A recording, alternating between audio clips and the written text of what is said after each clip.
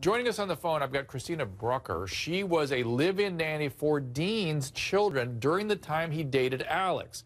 And Christina, you got a sense of who this woman was, and I understand you didn't really like her. Yeah, over time, she just kind of ended up rubbing me the wrong way. What happened? Why? When I started, she was a really nice girl, but, everyone kind of starts out nice. And just over time, she had slipped back into drug abuse, and it just kind of made her a nasty person. Oh, I see. So while she was dating him, she relapsed. Did she pull him back into using as well? Oh, well, he never actually used drugs. He never used drugs, but he died of a drug overdose. This is true, but, this is also, here's another man in California who's died of a drug overdose, and he didn't seem like a drug user. Sam, you had a question? Yeah, Christina, did she ever discuss with you, or did you ever overhear her thoughts about men? Did she ever seem to resent men or talk about maybe like relationships with other men in her past?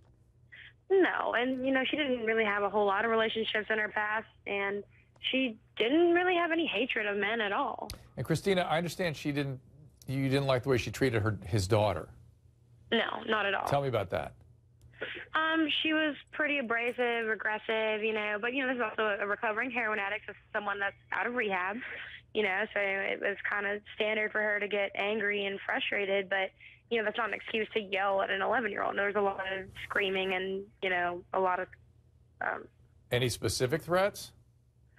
She had, on occasion, there was one specific occasion where, she sat down with me and it said that she, if she ever came between Dean and herself, that, she would kill her, and that was pretty, that was pretty... What do you think about that one? Well, it was terrible.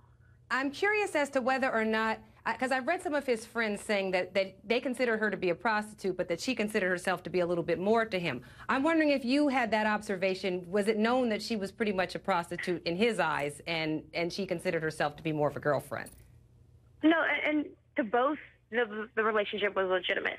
I mean, you're talking about a girl that's, if she's a prostitute, well, then she was the most long-term underpaid prostitute I've ever seen in my life because, she lived in the house. She had been in a relationship with him a long time. She didn't go out and see other men. She didn't go out and see anyone else. He didn't see anyone else either. And, there was the promise ring, but, he had told me that he had planned to, ask Pop the question. And, with the line of conversations with her, she was pretty, consensual as in wanting to marry him as well.